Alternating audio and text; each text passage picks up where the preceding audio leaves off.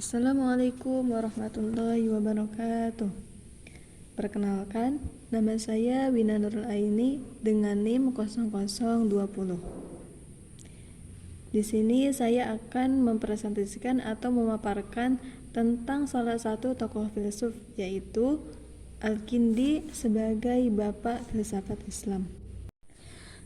Al-Kindi adalah seorang filsuf Islam pada abad ke-9 yang dikenal dengan sebutan Bapak Filsafat Islam. Dia dikenal sebagai salah satu pemikir besar dalam sejarah Islam dan merupakan salah satu dari sedikit filsuf Muslim yang mempelopori kegiatan filsafat secara mandiri tanpa bergantung pada tradisi filsafat Yunani ataupun Persia. Al-Kindi adalah seorang polimat yang menguasai bahasa Arab dan Yunani serta ilmu kimia, matematika, dan astronomi. Karyanya mencakup berbagai topik seperti metafisika, logika, teori, pengetahuan, kepercayaan, dan sejarah filsafat. Ia juga terkenal sebagai seorang penerjemah yang menerjemahkan karya-karya penting Aristoteles dan Plato ke dalam bahasa Arab. Beberapa pola pikir Al-Kindi. Yang pertama, pemikiran analitis dan rasionalis. Al-Kindi adalah seorang pemikir analitis dan rasionalis yang menggunakan logika secara intensif dalam pemikirannya. Dia percaya bahwa manusia dapat memahami dunia melalui pemikiran yang rasional, pengamatan, dan analisis analitis. Dan juga dia meyakini bahwa keyakinan harus didasarkan pada bukti yang jelas. Yang kedua, hubungan antara filsafat dan Islam. Al-Kindi juga menekankan hubungan antara filsafat dan Islam dan juga mencoba untuk menyatukan kedua bidang ini dengan cara yang produktif. Dia percaya bahwa filsafat dapat digunakan untuk membantu mengembangkan pemahaman yang lebih dalam tentang agama dan membantu mengatasi perbedaan pemahaman tentang Islam. Yang ketiga, penggunaan bahasa Arab dan bahasa Yunani.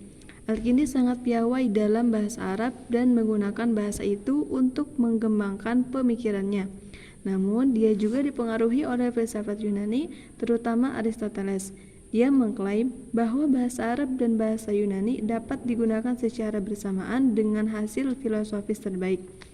Yang keempat, konsep Tuhan. Al-Kindi memiliki pandangan yang berbeda tentang Tuhan daripada banyak ulama Islam pada zamannya.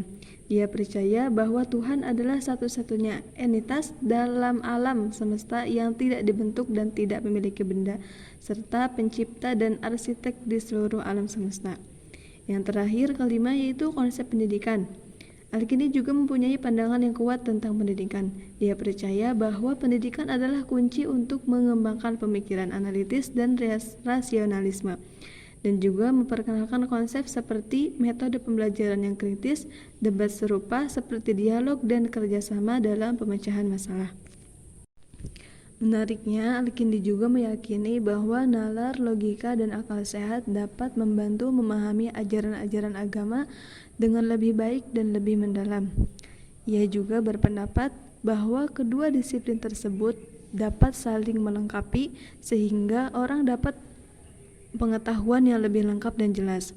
Selain itu, Al-Kindi juga meyakini bahwa banyak masalah filsafat dapat diselesaikan dengan menggunakan metode ilmiah seperti pengamatan dan eksperimen. Ia mengembangkan teori tentang alam semesta dan menyatakan bahwa hal-hal yang ada dalam alam semesta ini teratur dan dipengaruhi oleh hukum-hukum alam.